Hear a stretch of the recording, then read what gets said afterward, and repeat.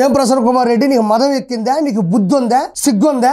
ఆవిడేమనింది? తట్టమట్టు కూడా వేయలేదు, నువ్వు అవినీతిలో పిహెచ్డి చేశావు అనింది. నువ్వేం చెప్పాలి? నేను అవినీతిలో పిహెచ్డి చేయలేదు, నాకు అవినీతికి సంబంధం లేదు, నేను అక్రమంగా బతకలేదు, నేను తట్ట కాదు కొన్ని టన్నులు మట్టి వేశానని చెప్పాలి.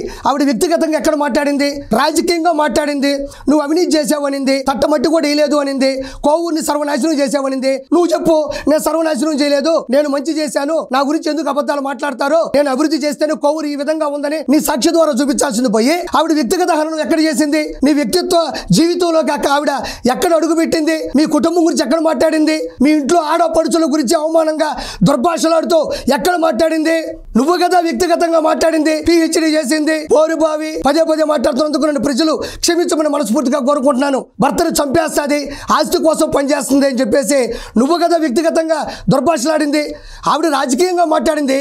నీకు దమ్ముంటే రాజకీయంగా మాట్లాడు.